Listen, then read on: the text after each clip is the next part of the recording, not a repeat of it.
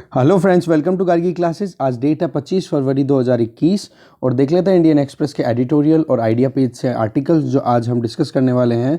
First article is thank you.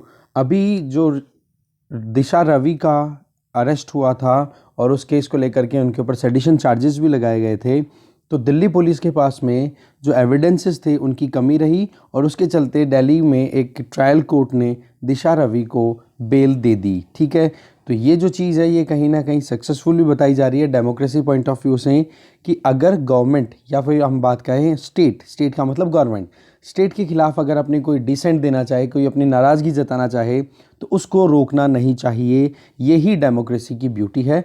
देखेंगे इस article में कौन कौन से सेक्शंस है आईपीसी के, वो जानेंगे।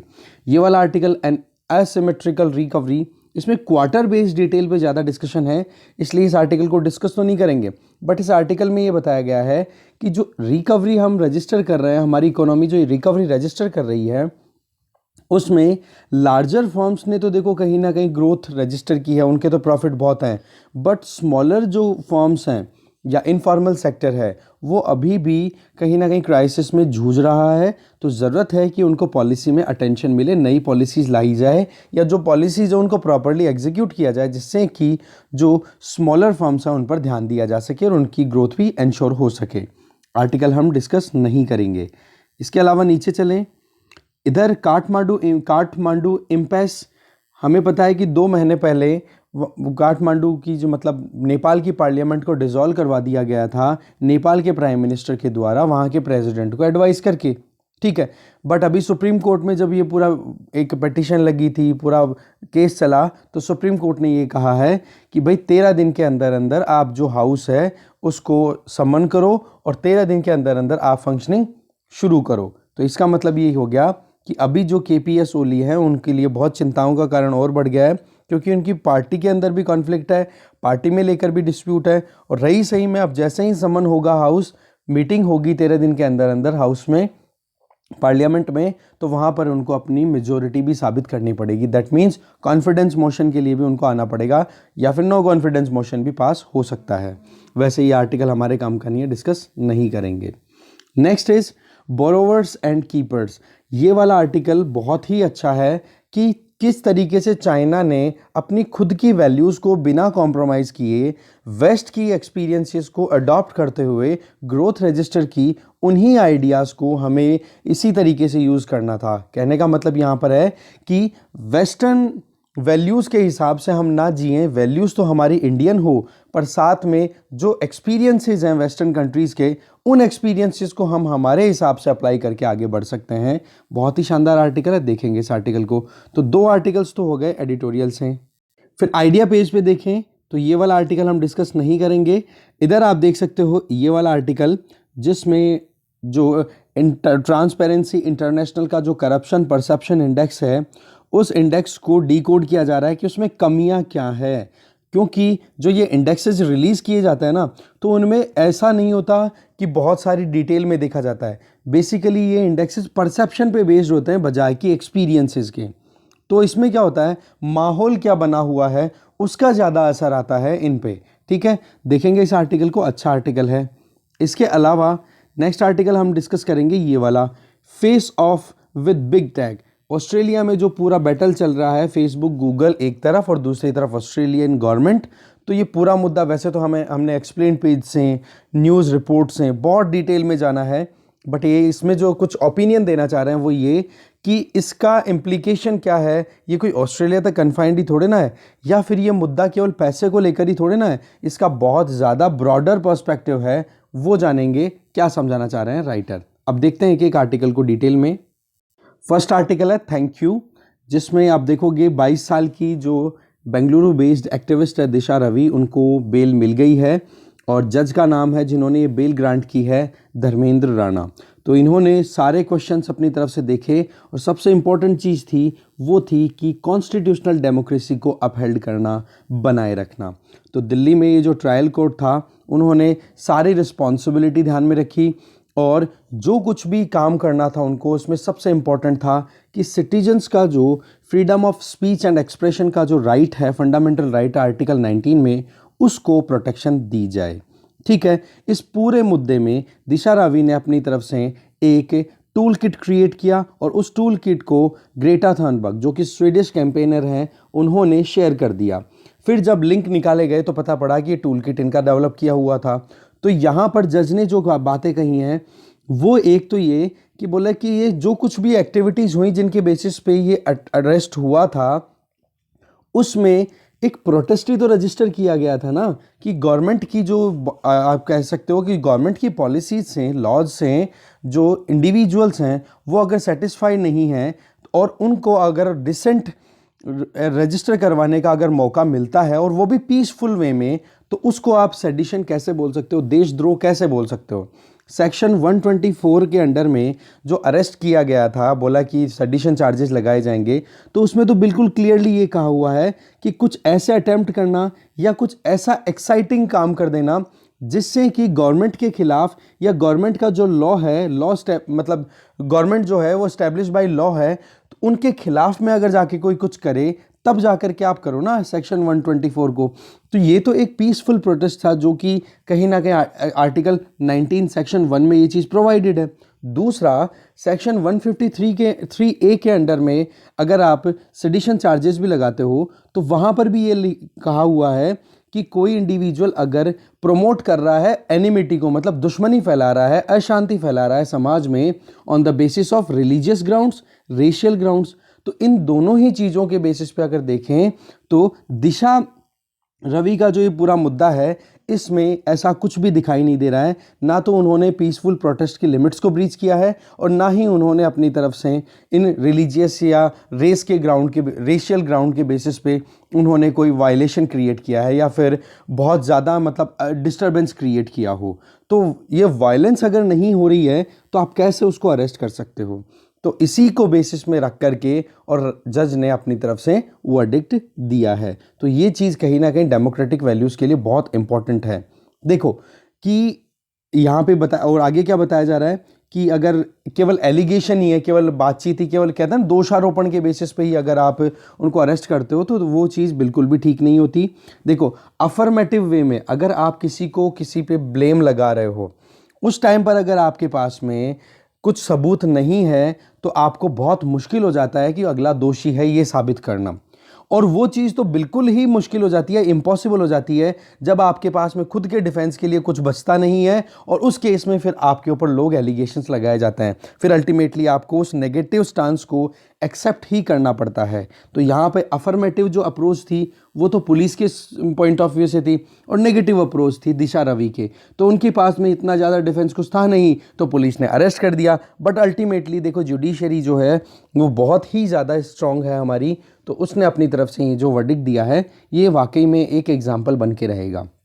देखो, सेक्शन 124A, सेक्शन 150A ये डिसेंटर के अगेंस्ट में अगर यूज़ किया जाता है तो ये बहुत ही ज़्यादा गलत हो जाता है, क्योंकि डिसेंट तो डेमोक्रेसी में, डेमोक्रेटिक वैल्यूज़ में बहुत ही इंपॉर्टेंट रोल प्ले करता है। मैंने बताया था आपको पहले भी, फिर से बताता हूँ, थीसिस एंटीथीसिस। अब एंटीथीसिस कौन दे रहा है, मतलब जो डिसेंट रखते हैं, जो खुश नहीं है थीसिस से, और फिर जब दोनों की बात सुनी जाती है तब जाकर के रिजल्ट के तौर पे निकलता है सिंथेसिस, कि हाँ दोनों में जो भी बढ़िया चीज़ें हैं उनको हमने पिक किया और बाद में लॉ बना दिए या पॉलिसी फॉर्मुलेट कर दी।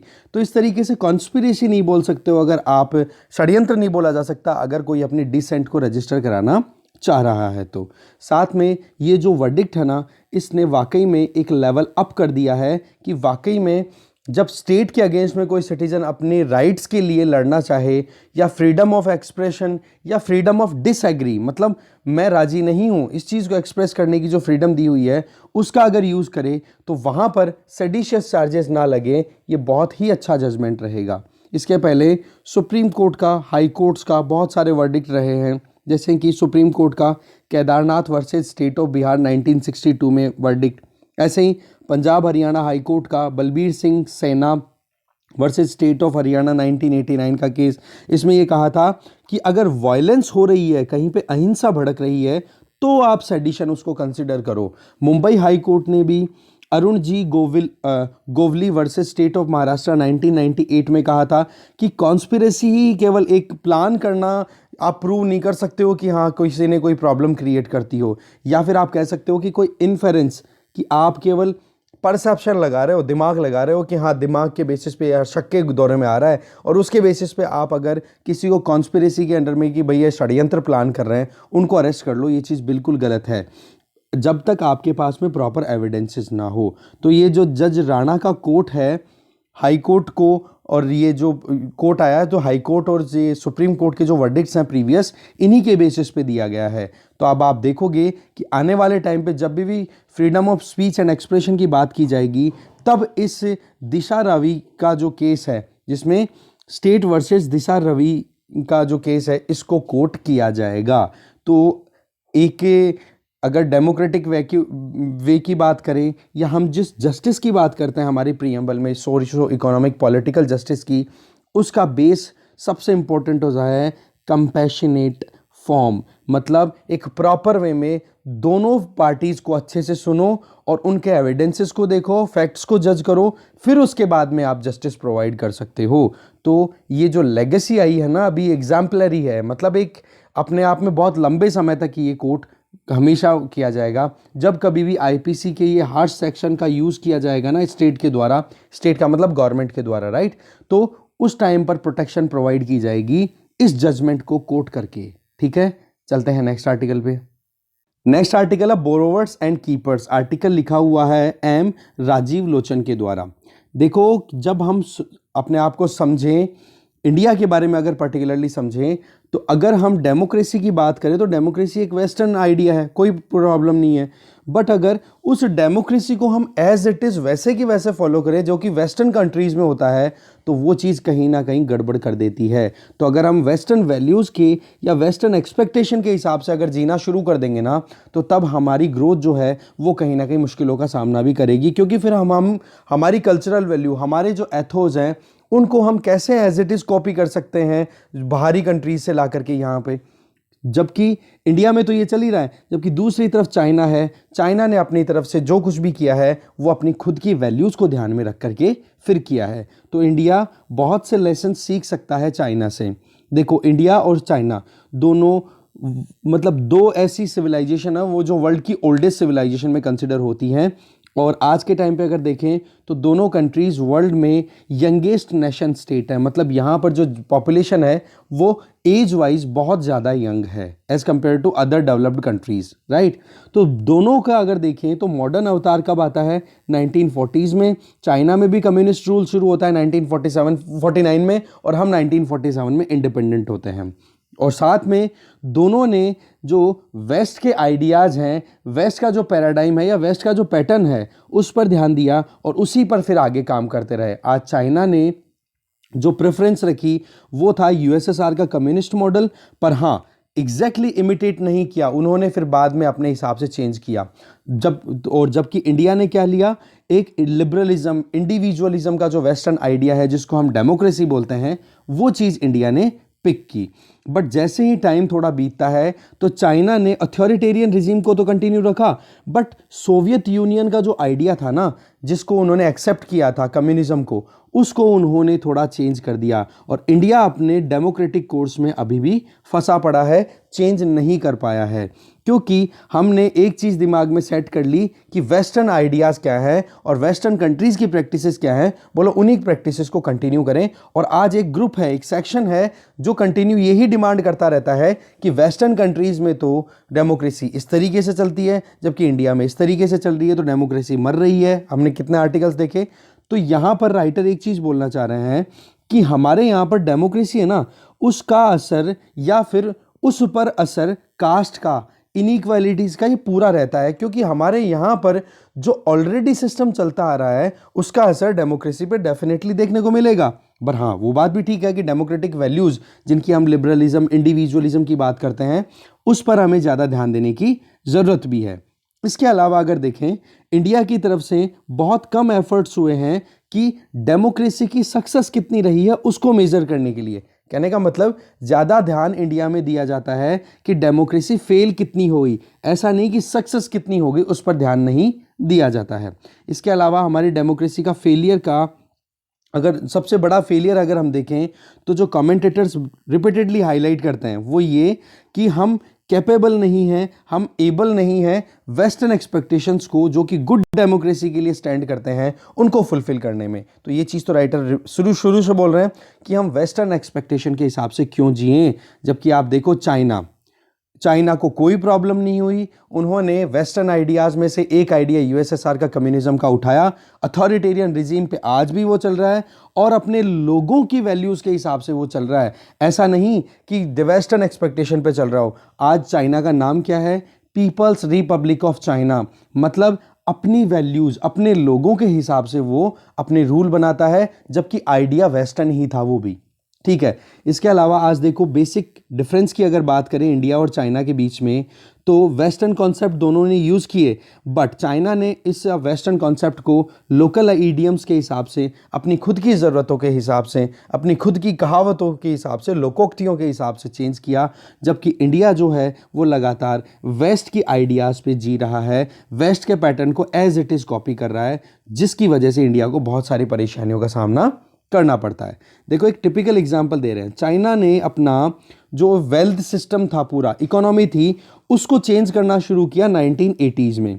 चाइना देखो बिल्कुल रेडी था। देखो शुरू में कम्युनिज्म का आइडिया लिया कि हाँ हर चीज़ के ऊपर ऑनरशिप जो है वो स्टेट की होनी चाहिए, स्टेट कंट्रोल होनी चाहिए, सेंट्रलाइजेशन होना चाहिए इकोनॉमी का।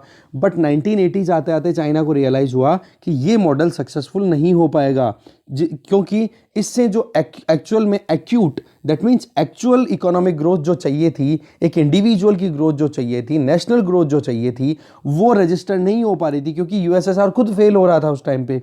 तो चाइना ने फिर अपना गियर चेंज किया, और गियर चेंज करने का जो मेन मुद्दा था वो ये कि चाइना जहां पहले मटेरियल प्रोडक्ट सिस्टम, मतलब केवल गुड्स पे बेस्ड इकोनॉमी को कैलकुलेट किया करता था, उससे स्विच करके जीडीपी पे आ गया, जिसमें सर्विसेज को भी इंक्लूड करना शुरू कर दिया। पहले क्या था कम्युनिज्म में कि मटेरियल प्रोडक्ट के ऊपर बेस्ड ही कैलकुलेशन होती थी, अब सर्विसेज को भी इन्वॉल्व करना शुरू कर दिया। तो इसका मतलब क्या हो गया कि अब एक तो चीज हो गई डाइवर्सिफाइड इकोनॉमिक कैलकुलेशन हो गई चाइना की, दूसरी स्टेट डिटरमाइंड प्राइसेस को उन्होंने छोड़ दिया और मार्केट फोर्सेस को मूव करना शुरू कर दिया कि अब मार्केट जो चाहेगा, मार्केट अपने आप ही अपने हिसाब से जो वैल्यूज है गुड्स और सर्विस की वो डिसाइड कर लेगा। तो इस तरीके से चाइना ने मार्केट वैल्यूज पे ध्यान दिया, चाहे वो टेंजिबल गुड्स हो चाहे नॉन टेंजिबल। टेंजिबल का मतलब जिनको आप टच कर सकते हो, नॉन टेंजिबल गुड्स का मतलब हो गई सर्विसेज। इस तरीके से चाइना ने जीडीपी वाला कॉन्सेप्ट यूज किया, और आज आप देख सकते हो इकोनॉमिक सक्सेस में चाइना कहां पर खड़ा है।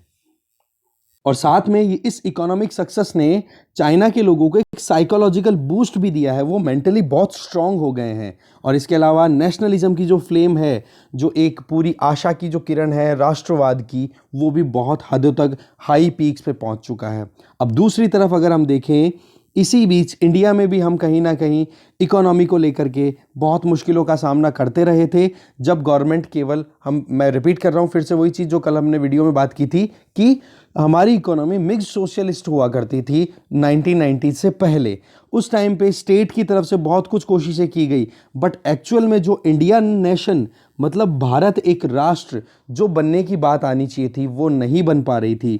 इवन हमने ब्रिटिशर्स को फॉलो किया, हमने डेमोक्रेसी को फॉलो किया, पर उसका भी इमिटेशन, मतलब उसकी भी कॉपी हुई, तो वो बहुत ही पुअर हुई, और अल्टीमेटली जो टारगेट था एक लिबरल डेमोक्रेसी बनाने का, वो हम पूरा प्रॉपरली इम्प्लीमेंट नहीं कर पाए। देखो आज बहुत से लोग बातचीत करते हैं कि चाइनीज़ इकोनॉमी जो है वो इंडियन इकोनॉमी से बहुत बड़ी है, तो इसके लिए हमें थोड़ा सा अंडरस्टैंडिंग लेके आनी पड़ेगी कि क्या कोर्स ऑफ द टाइम रहा, किस तरीके से चाइना को अपने आप में डेवलप किया। 1993 जब 1980s के अंदर चाइना ने जीडीपी वाला मेथड यूज़ करना शुरू कर दिया था और स्टेट ऑन्ड या स्टेट कंट्रोल सेंट्रलाइज इकोनॉमी को छोड़ दिया था, तब की बात कर रहे हैं। और अब उसी के लगभग 10 साल बाद में इंडिया ने जो किया, 1993 में चाइना ने जीडीपी को सेंटर में लिया, कि मतलब वैल्यू क्रिएशन के अंदर सर्विस और गुड्स दोनों को लेने लग गए। और चाइना की इकोनॉमी उस टाइम हुआ करती थी $0.444 ट्रिलियन की, जो कि इंडियन इकोनॉमी से लगभग 1.5 गुना थी। 2005 की अगर बात करें तो चाइनीज़ इकोनॉमी $2 ट्रिलियन की हो गई थी। फिर बाद में आप देखोगे इंडिया की 2005 में इंडियन इकोनॉमी कितनी थी, केवल $0.8 ट्रिलियन की। ऐसे ही इंडिया की जीडीपी की अगर बात करें तो $1 ट्रिलियन की 2008 में हुई थी, तब चाइना की इकोनॉमी $5 ट्रिलियन की हो चुकी थी, जो अब हम टारगेट कर रहे हैं कि 2024 एंड तक हम $5 ट्रिलियन इकोनॉमी बनेंगे। तो इस तरीके से आज की जो सिचुएशन है, जब हम 2.5 से $3 ट्रिलियन की इकोनॉमी है, तो चाइनीज़ इकोनॉमी 12 से $15 ट्रिलियन की इकोनॉमी बन चुकी है, तो 5 गुना की है। तो यहाँ पर चीज़ क्या है, देखो आप बाहर से सीखो बट आप अप्लाई करो अपने हिसाब से। आप भी तो यही तो करते हो ना, एक्सपर्ट्स के ओपिनियन लेते हो, या फिर आज हम एडिटोरियल डिस्कस कर रहे हैं, ये क्या है सारा, ये हम दूसरे का ओपिनियन ही तो ले रहे हैं, एज इट इज़ थोड़े ना अप्लाई कर सकते हैं। आपको अपने हिसाब से आंसर राइटिंग करनी होती है, वहाँ पे आपको अपने हिसाब से अंडरस्टैंडिंग डेवलप करनी होती है। वही चीज़ यहाँ पे सजेस्ट कर रहे हैं। चाइना ने जो आइडिया अपनी तरफ से यूज़ किया, वो देखो वेस्टर्न वर्ल्ड में प्रेवलेंट था, उसमें कोई डाउट नहीं था, बट उसको मोल्ड किया, अपने हिसाब से चेंज किया, अपने एक्सपीरियंसेस के हिसाब से उसको चेंज करके फिर अप्लाई किया। इसके अलावा जो इकोनॉमिक सुपरस्टारडम, मतलब बहुत ही ज़्यादा एकदम हीरोइज्म वाली जो आइडिया था कि हाँ वेस्टर्न इकोनॉमीज़ बहुत ही गजब तरीके से चल रही है, उन चीज़ों को एज इट इज़ कॉपी ना करके अपनी वैल्यूज़ पर ध्यान दिया, और साथ में नॉलेज इकोनॉमी पर ध्यान दिया, क्योंकि सर्विस को रिकॉग्निशन मिलना शुरू हो गया था ना इधर। तो अब क्या, खुद की नॉलेज इकोनॉमी बनाई। इवन आप देखोगे खुद के सिस्टम इस तरीके से डेवलप कर दिए, जैसे कि खुद के ही पीयर रिव्यू सिस्टम बना लिए, कि मान लो एक फर्म है, इधर कुछ रिसर्च का काम हो रहा है, दूसरा इधर रिसर्च का काम हो रहा है, इस फर्म के रिसर्च के काम को ये वाली फर्म रिव्यू करे, इसके काम को ये रिव्यू करे, तो बात क्या होगी, ओवरऑल अच्छी क्वालिटी की रिसर्च हो पाएगी। रिसर्च एंड डेवलपमेंट में पैसा दिया, हाँ ये बात ठीक थी कि पैसे की कमी नहीं थी, बट रिसर्च एंड डेवलपमेंट बहुत इंपॉर्टेंट रोल प्ले करता है। तो वही चीज़ें हमें लर्न करने की ज़रूरत है। आज चाहे कितना ही कुछ बातचीत हो, इंडिया जो है वो कहीं ना कहीं हैंडमेड सिस्टम माना, मतलब कहीं ना कहीं हैंडमेड कंसीडर किया जाता है कि वेस्टर्न सोसाइटी ने जो कुछ भी दिया है, या यहाँ पर हम ब्रिटिशर्स के गुलाम रहे हैं, तो उसका असर बोला अभी तक भी है, और उसी के ऊपर हम चल रहे हैं। तो एक एक्सपर्ट रहे हैं जिनका नाम है सर विलियम जोन्स। उन्होंने इंडिया को डिस्क्राइब किया 200 साल पहले, जब हम गुलाम हुआ करते थे, ईस्ट इंडिया कंपनी ने जब अपनी तरफ से रूल शुरू किया ही था, ये मानो आप तो ठीक है। तो इंडियंस चाहे कितने ही अपनी तरफ से प्रोग्रेस कर ले, कितना ही हंगामा फैला ले, ठीक है, पर जो ये इंडिपेंडेंस के लिए, बट इसमें पूरा का पूरा जो असर है ना, जो आइडिया है, वो बेसिकली वेस्टर्न कंट्रीज़ का ही रहेगा। कहने का मतलब, यहाँ से ब्रिटिशर्स छोड़ के चले भी जाएंगे तो ये ब्रिटिशर्स की जो आप कह सकते हो, जो एक साइकोलॉजिकल जो एक बेड़ियाँ बांध रखी हैं, उन बेड़ियों में फंसे रहेंगे। तो राइटर एक ही चीज़ बोल रहे हैं, बोलो वो बेड़ियाँ छोड़ो और अपनी खुद के सिस्टम के हिसाब से best practices of the world को अडॉप्ट करो। इसी का कहीं ना कहीं उदाहरण है आत्मनिर्भर भारत। ठीक है, आगे चलते हैं। नेक्स्ट आर्टिकल है अ फ्लॉड इंडेक्स। मल्लिका महाजन और पवन कुमार सिन्हा के द्वारा लिखा हुआ आर्टिकल है कि करप्शन को मेजर करने के लिए ट्रांसपेरेंसी इंटरनेशनल ने पहली बार करप्शन परसेप्शन इंडेक्स रिलीज किया था 1995 में। और ये एक बोल्ड इनिशिएटिव था, क्योंकि उस टाइम पे करप्शन को एक टैबू टॉपिक समझते थे, बात ही नहीं करना चाहता था कोई। और साथ में इंटरनेशनल फाइनेंशियल इंस्टीट्यूशंस ने तो करप्शन को इस तरीके से देखना शुरू कर दिया था कि भाई ये तो इंटरनल पॉलिटिकल मैटर है, इंटरनल पॉलिसी मैटर है, कोई भी कंट्री देखे तो अपने खुद के देश के अंदर ही देखे। बट जब से ये जो करप्शन परसेप्शन इंडेक्स आया है, तो इसने गवर्नमेंट्स को अपनी तरफ से एक दबाव डाला है कि भाई आप एंटी करप्शन रिफॉर्म्स लेकर के आओ, नहीं तो आपकी इकोनॉमी बर्बाद हो जाएगी। और इसको एक तरीके से पिग्मेलियन इफेक्ट भी बोला जाता है, पिग्मेलियन, ठीक है। पिग्मेलियन इफेक्ट का मतलब ये होता है कि आप एक्सपेक्टेशन बहुत ज़्यादा करते हो और फिर उससे, जैसे आप रखते हो ना कॉन्फिडेंट फील करो, ठीक है, और कॉन्फिडेंट फील करते हो, फिर उसके बाद में एक्सपेक्टेशन भी आपकी बहुत ज़्यादा होती है और वैसा ही रिजल्ट आपको मिल जाता है, तो उसको बोलते हैं पिग्मेलियन इफेक्ट, ठीक है। तो बोला ये चीज़ फिर एक्सेप्ट करने की बात की गई कि आप ज़्यादा से ज़्यादा एफर्ट डालो, ज़्यादा से ज़्यादा हाई एक्सपेक्टेशंस रखो और उसको आपके हिसाब से आउटकम मिलेगा। बट जो करप्शन परसेप्शन इंडेक्स है ना, जो एक करप्ट एनवायरनमेंट के बारे में रिफ्लेक्शन देता है कि किसी कंट्री में कितनी प्रॉब्लम चल रही है, तो वहाँ पर सबसे बड़ी प्रॉब्लम है कि जो एक्चुअल में रियलिटीज़ है, ग्राउंड रियलिटीज़ हैं, उनको ध्यान में नहीं रखा जाता, ये जब इंडेक्स रिलीज़ किया जाता है। और इसी इंडेक्स में ये सारी कमियां जो हैं वो यहाँ पे राइटर्स बताना चाह रहे हैं। स्टार्टर में अगर देखो, ये अपने आप में बहुत अच्छा इनिशिएटिव था, करप्शन परसेप्शन इंडेक्स CPI का रिलीज़ करना, है ना। ये इंडिसेस कहीं ना कहीं प्रॉब्लम कहाँ पे आ जाती है, एक तो ये कि रिप्रेजेंटेटिवनेस की कमी है इसमें, ये सबसे बड़ी प्रॉब्लम है। 2002 में जो ट्रांसपेरेंसी इंटरनेशनल ने अपना इंडेक्स रिलीज़ किया था, तो एक्सपर्ट्स का एनालिसिस को ही ध्यान में रखा, बिजनेस हाउसेस के जो लोग थे उन्हीं के सर्वेज पर रिलाई किया। अब आप एक चीज़ बताओ, एक्सपर्ट्स होंगे तो उनकी तो कोई ना कोई आइडियोलॉजी या टिल्टिंग तो रहेगी। दूसरा, अगर बिजनेस हाउसेस से आप सर्वे करोगे तो वो लोग तो कहीं ना कहीं गवर्नमेंट के फेवर में ही बात करेंगे, वो लोग क्यों नेगेटिव बताएंगे, क्योंकि at the end of the day उनको गवर्नमेंट से फेवर चाहिए, ऐसी पॉलिसीज चाहिए, तो वो क्यों नेगेटिव बोलेंगे, वो तो बहुत कम नेगेटिव बातें बोलेंगे ना। तो इससे क्या हो गया, बायसनेस आई कि नहीं। तो इस वजह से लोकल बिजनेस पर्सन से, या फिर आप देखो लोकल पीपल है, तब तक आप कंट्री की जो पुअर पॉपुलेशन है उनसे अगर बातचीत नहीं करोगे, जो मेजॉरिटी में है, तब आपको कैसे पता पड़ेगा कि वाकई में यह यहाँ पे करप्शन ज़्यादा है या कम है। यहाँ पे राइटर एग्जांपल दे रहे हैं, बोले कि कुछ कंट्रीज़ की कल्चर भी होती है, सोशल इश्यूज भी होते हैं, उनको भी थोड़ा सा कंसीडर करने की ज़रूरत है। फॉर एग्जांपल, अगर दिवाली का त्यौहार आ गया और किसी फॉरेन बिजनेस पर्सन ने अगर किसी एक इंडिविजुअल को या कोई भी ऑफिसर है उसको अगर दिवाली का गिफ्ट दिया, तो उस गिफ्ट के पीछे क्या वजह है क्या नहीं है, उस वजह को तो डिकोड करने की ज़रूरत है ना। तो यहाँ पर ये चीज़ें कल्चरल इश्यूज़ को इग्नोर करते हैं। और वही बात है, जब आप सैंपल सर्वे लेते हो या सैंपल कलेक्ट करते हो और उसका अगर बेस ज़्यादा बड़ा नहीं होता है, तो वो चीज़ें तो देखो कहीं ना कहीं बायसनेस को क्लियर करती है। साथ में बिजनेस पर्सन का जो क्विड प्रो क्यो का मतलब होता है एक्सचेंज में, कि क्या वो लेन देन चल रहा है उनका, कि एक तरीके से गिफ्ट दिया जा रहा है दिवाली के टाइम पे एक ऑफिसर को, और उस ऑफिसर से क्या एक्सपेक्ट कर रहा है वो बिजनेस हाउस वाला इंडिविजुअल, तो वो चीज़ भी तो समझने की ज़रूरत है।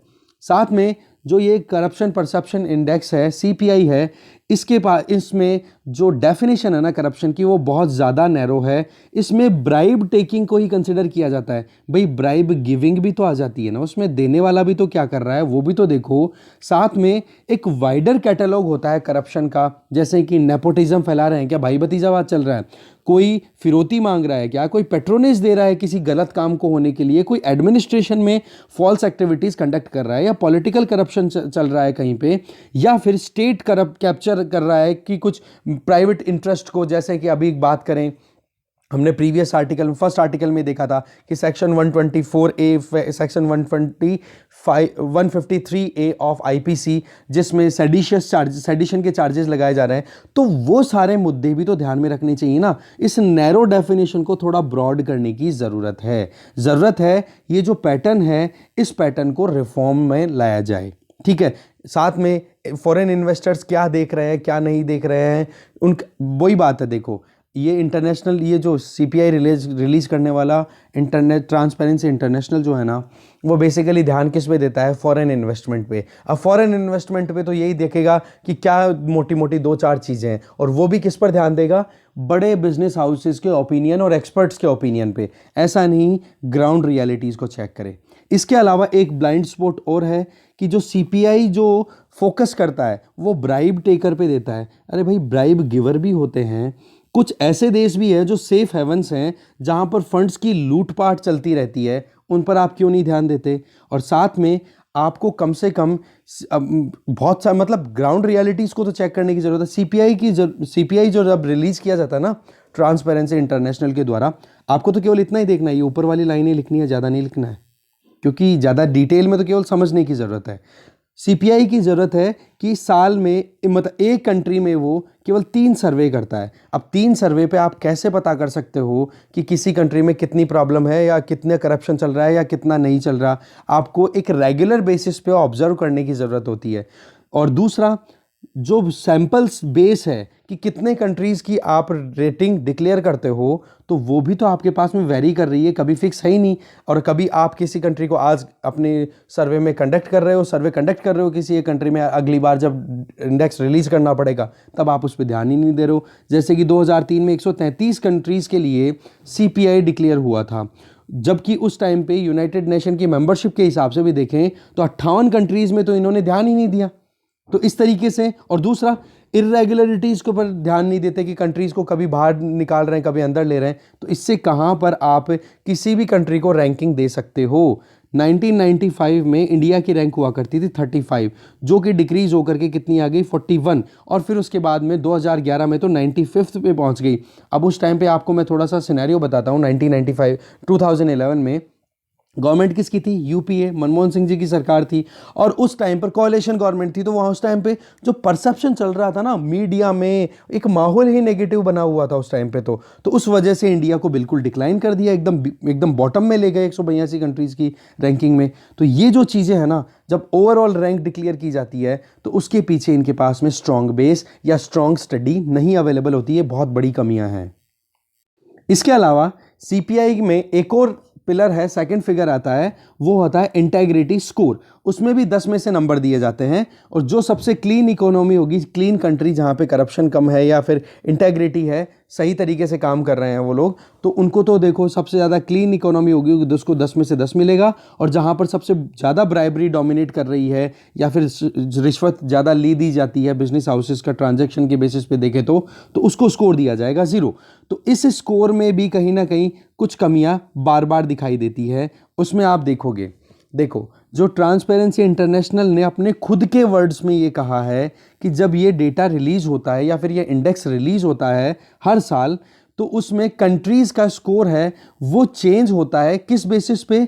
क्योंकि परसेप्शन चेंज हो रहा है कंट्रीज में, ना कि एक्चुअल में परफॉर्मेंस चेंज हो रही है। तो आप देखो परसेप्शन बेसिस अगर कोई डेटा रिलीज हो रहा है तो वो तो भीड़ तंत्र है भाई। डेमोक्रेसी को तो मोबोक्रेसी भी बोलते हैं, हिपोक्रेसी भी बोलते हैं। तो ये अगर आप डेमोक्रेटिक कंट्रीज़ में जाओगे तो वो तो हमेशा केवल एक ही एक बात बोलेंगे, मतलब अलग अलग माहौल बनेगा। कोई अगर ढंग का सा लीडर मिल गया तो उसकी वाजीवा कर दोगे, और जो ढंग का लीडर बोलने में, केवल बोलने में, राइट, केवल बोलने में अगर अच्छा डिक्टेटर है तो ठीक है, उसकी बात मान ली जाएगी। और दूसरी तरफ अगर डिक्टेटर अच्छा नहीं है जबकि वो अच्छी परफॉर्म कर रहा है इकोनॉमी के अंदर, उसकी आप मिट्टी पलीत कर दोगे। तो वो चीज़ एक्सेप्टेबल बिल्कुल भी नहीं होनी चाहिए। परसेप्शन के बजाय एक्चुअल में इकोनॉमी परफॉर्म कैसा कर रही है उस बेसिस पे आना चाहिए। तो ये भी बहुत बड़ी कमी है इस परसेप्शन। ये आप देखोगे करप्शन परसेप्शन इंडेक्स, अब ये देखो इसमें नाम भी परसेप्शन ही है तो परसेप्शन पे ही जाएगा, बट इससे कहीं ना कहीं एक कंट्री की जो एक्चुअल में इमेज होनी चाहिए उस इमेज को डाइल्यूट करने में ये बहुत बड़ा काम कर जाते हैं। रही सही में ये जो बोलते हैं वो ये कि अगर हम कभी भी प्राइस को कंपेयर करें, फॉर एग्जांपल प्राइस इंडेक्स को, दो कंट्रीज़ की प्राइस इंडेक्स को अगर कंपेयर करें, मान लो एक चाइना है और एक दूसरा मान लो यूएस है, दोनों के प्राइस इंडेक्स को अगर हम कंपेयर करें तो क्या गारंटी है कि प्राइस इंडेक्स के लिए जो बास्केट चाइना ने यूज़ किया है, जो प्रोडक्ट चाइना ने यूज़ किए हैं, वो प्राइस इंडेक्स यहाँ पे यूज़ हो रहे हैं, क्या नाम है इसका, यूएसए के अंदर। तो दोनों का आप कंपेयर नहीं कर सकते। हाँ, उस बास्केट में जो मटेरियल है उस मटेरियल के बेसिस पे आप देख सकते हो। तो बोले इस चक्कर से हम परफॉर्मेंस पे ज़्यादा ध्यान नहीं देखते, बट वही बात है, देखो परफॉर्मेंस पे फोकस करना बहुत ज़्यादा ज़रूरी है एज़ कंपेयर टू परसेप्शन। अब ये परसेप्शन है, मेनली किस पे ध्यान दिया जाता है? देखो मीडिया पे। अब मीडिया हाउसेज कौन से कंट्री में कितना फ्री हैं अपनी बात को, अपनी डिसेंट को रजिस्टर करवाने में, अपनी नाराज़गी या अपनी डिसएग्रीमेंट को शो करने में, वो चीज़ अगर करप्शन के लेवल को बताएगी तो फिर तो एक कम्युनिस्ट या अथॉरिटेरियन रिजीम है, वहाँ पर तो मीडिया को कुछ फ्रीडम ही नहीं है। और उस मीडिया हाउस, वहाँ के मीडिया हाउसेस से अगर पूछोगे तो वो लोग क्यों बताएंगे कि वहाँ का सिस्टम है वो करप्ट है, जबकि एक डेमोक्रेटिक कंट्री में जो मीडिया की फ्रीडम है वो हमेशा बनती रहती है, प्रेस को फ्रीडम मिली रहती है। तो उन लोग वहाँ पर आप उन कंट्रीज़ की जो रैंकिंग है वो डाउन कर दोगे। इसके अलावा एक और है इंटरनेशनल, ये जो ट्रांसपेरेंसी इंटरनेशनल है, इसका एक और एग्जांपल यहाँ पे राइटर बताना चाह रहे हैं, ग्लोबल करप्शन बैरोमीटर। ठीक है, ये जीसीबी ने लगभग 2020 में एक सर्वे किया, ठीक है, जिसमें 89% इंडियन से पूछा कि गवर्नमेंट में करप्शन कितना है कितना नहीं है। तो 89% लोगों ने अपनी तरफ से बोला कि वाकई में इंडिया में करप्शन की प्रॉब्लम बहुत ज़्यादा है।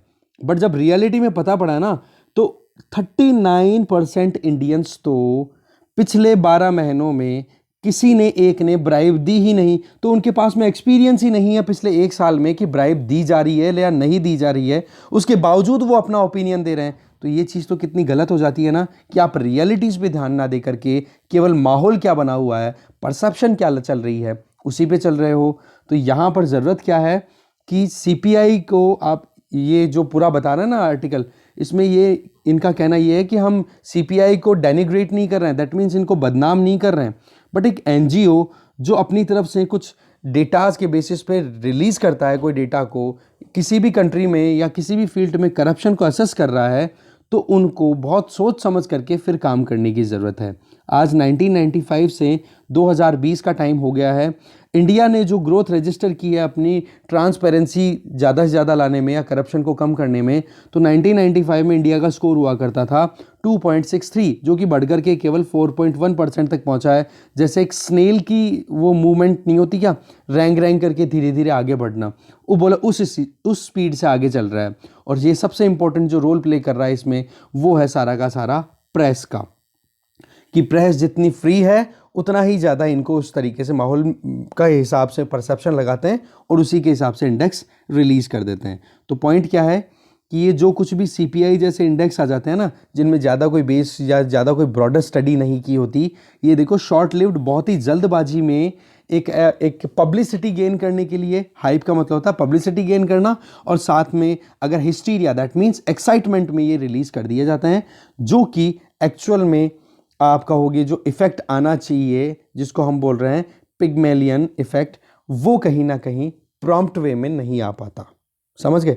एक्सपेक्ट तो बहुत कुछ कर रहे हैं और फिर वो चीज़ें रियल में तो आ नहीं पाती है। बाकी एक जो सिचुएशन है वो बन जाती है कि इंडिया में करप्शन बहुत हो रहा है या किसी भी कंट्री में करप्शन बहुत ज़्यादा हो रहा है। तो परसेप्शन की बजाय रिफॉर्म्स पे और परफॉर्मेंस पे ध्यान देने की ज़रूरत है। आगे चलते हैं। नेक्स्ट आर्टिकल है face of with big tech. Article लिखा हुआ राजेश महापात्रा के द्वारा।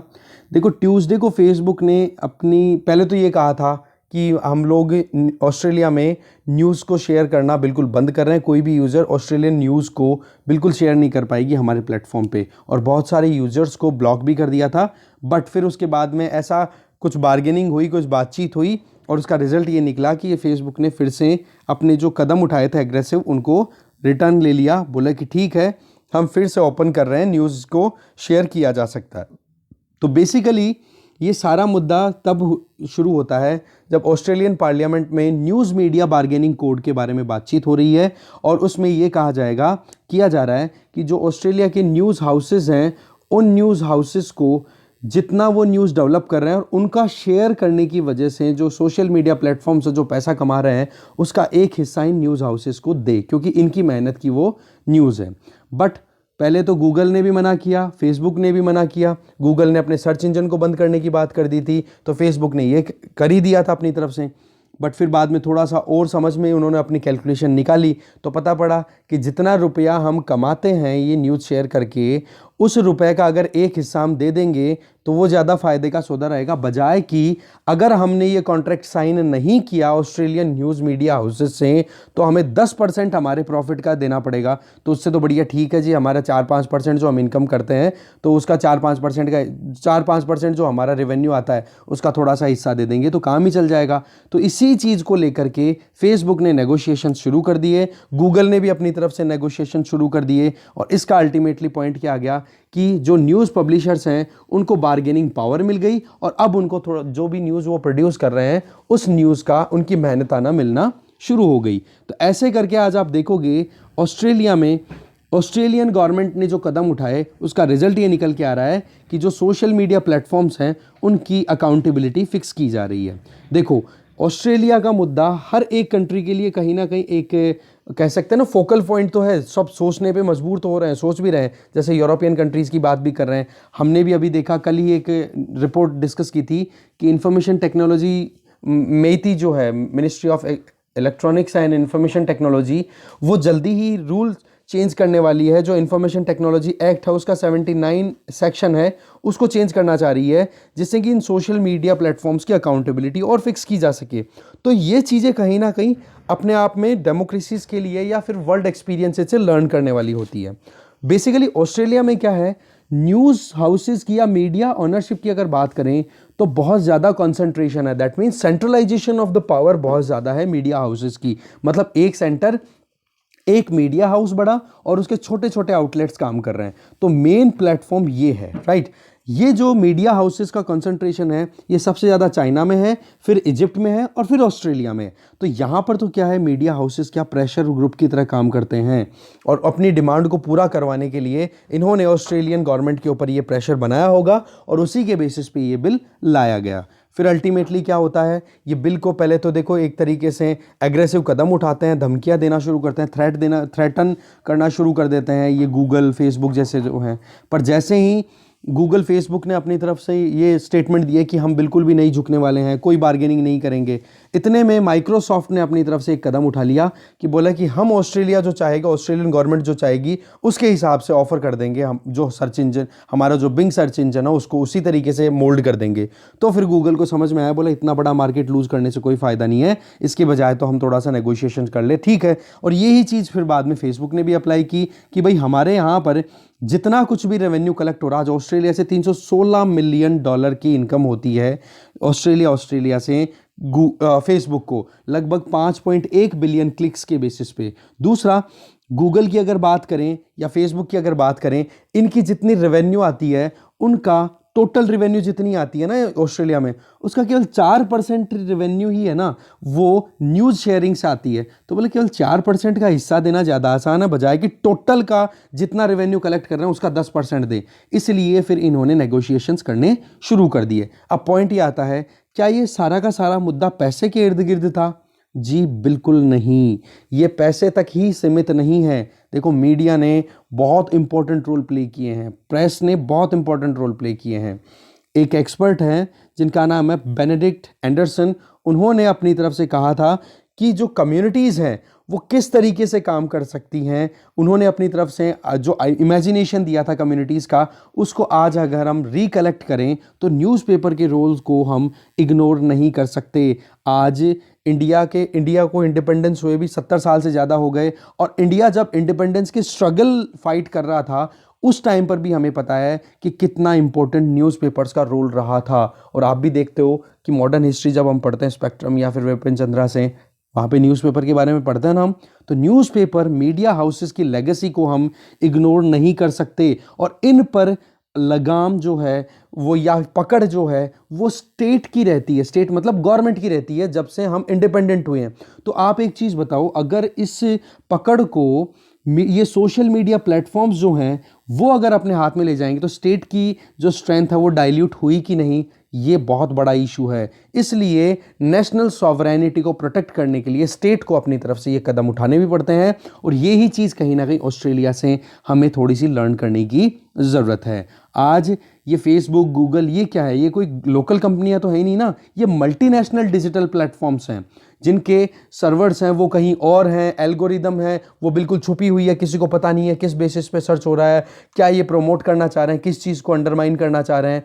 वो सारी चीज़ें आज किसी के हाथ में ना हो और यही बिहेवियर लगातार चलता रहा तो आज इंडिया में लगभग 310 मिलियन यूजर्स हैं जो कि सोशल मीडिया प्लेटफॉर्म को एक्सेस करते हैं, जिनका मेटा डेटा जो है, बहुत इंपॉर्टेंट डेटा जो है वो इन एप्लीकेशन प्लेटफॉर्म पे स्टोर्ड है। अगर ये उस पूरे यूज़र प्लेटफॉर्म को या यूज़र बेस को अपने हिसाब से नरेट करना शुरू कर देंगे तो इंडिया की गवर्नमेंट की पकड़ कम हुई कि नहीं, और स्टेट की अगर पकड़ कम हो गई इसका मतलब सॉवरेनिटी पे भी बहुत बड़ा सवाल उठ जाता है। तो यही चीज़ हमें ध्यान रखने की ज़रूरत है। फेसबुक पर देखा था हमने कि किस तरीके से इलेक्शंस को भी मतलब एक तरीके से बिल्कुल स्विच कराने में सक्सेसफुल रह जाता है फेसबुक। बस एक कैंपेन चलाना होता है, थोड़ा सा मूड चेंज करना होता है, और उसका क्या होता है कि एक इन्फ्लुएंस देखने को मिलता है इलेक्शंस पे। और एक जब हम देखें कंट्री में, तो हमारे जैसे कंट्री में जो एक डेमोक्रेटिक कंट्री है, वहाँ पर तो इसका असर बहुत ज़बरदस्त देखने को मिलता है।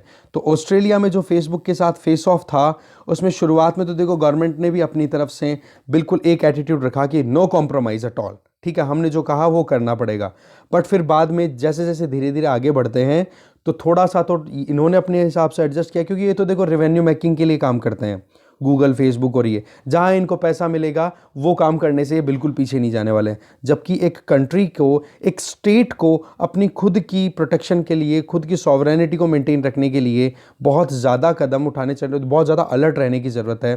तो आप देखोगे इसी का कहीं ना कहीं रिजल्ट निकलता हुआ दिखाई दे रहा है। आज ये मल्टीनेशनल डिजिटल प्लेटफॉर्म्स है ना, इनको रोकना, इन पर कंट्रोल बनाना अपने आप में स्टेट के लिए बहुत ज़्यादा इंपॉर्टेंट है। नहीं तो ये जो कम्युनिकेशन पे पावर है, हम देखते हैं ना कि यूएसए की बात करो या फिर इंडिया में भी अगर हम बात करें, कॉमर्स, कम्युनिकेशन, डिफेंस, ये कुछ ऐसे इश्यूज हैं, या इंटरनेशनल अफेयर्स, ये कुछ ऐसे इश्यूज हैं जिन पर हमेशा सेंट्रल गवर्नमेंट की पकड़ होती है। तो अगर ये मीडिया हाउसेस या फिर आप मीडिया हाउस क्या, ये सोशल मीडिया प्लेटफॉर्म्स इस पावर को अपने हाथों में ले लेंगे तो क्या एक्सेप्टेबल होगा? नहीं ना। तो यही चीज़ सीखने की है। और आज फेसबुक और ट्विटर के साथ में गवर्नमेंट ऑफ इंडिया जो है वो इसी चीज़ को लेकर के बात भी कर रही है। और हमें भी पता है कि हमने अभी देखा कि इंफॉर्मेशन टेक्नोलॉजी एक्ट है, उसमें और ज़्यादा अकाउंटेबिलिटी फिक्स करने की बात की जा रही है कि जो हमारी जो सॉवरेनिटी है, जो मेन वैल्यू है, सॉवरेनिटी का मतलब होता है कि बाहर से कोई रूल ना करे, हम हमारे हिसाब से हमारे खुद के सेल्फ गवर्नड हों, ठीक है, उस चीज़ को प्रमोट करना बहुत ज़रूरी है। तो ऑस्ट्रेलिया की इस फाइट से बहुत कुछ सीखेंगे सभी कंट्रीज़, हमें भी सीखने की ज़रूरत है। दैट्स इट, आज के वीडियो में इतना ही। Thank you very much.